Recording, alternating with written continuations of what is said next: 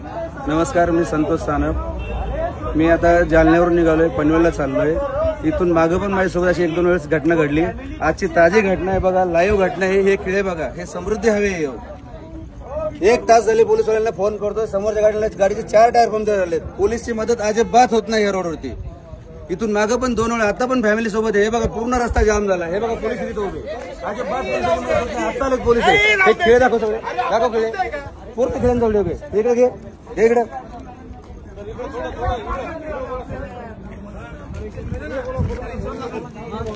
भाऊ, इथून मागून माझ्यासोबत अशा घटना 2 वेळा झाल्यात. तेव्हा पण मी पोलिसांना फोन केला, अजिबात पोलिसांची मदत होत नाही. मी आता जालन्यावरून निघाले, मला पनवेलला जायचंय. हा बघा रस्ता, म्हणजे हजारो खेळे ठोके, हजारो, एवढे खेळे ठोकासवर चाललंय काय? अर्धा रस्ता बंद करून जर चोर खेळे ठोकतात, पोलीस करतात काय? रोडवाले कॉन्ट्रॅक्ट करतोय काय? काय सुविधा आहे रोडला? कशाला हा रोड बनलाय? हा समृद्धी एका लोकांचा जीव घ्या रोड बनलाय, तेच समजत नाही. व्हिडिओ व्हायरल करा हे, आणि हे दाखवा ह्या पोलीसवाल्यांना. अजिबात पोलिसची मदत होत नाही ह्या रोडला.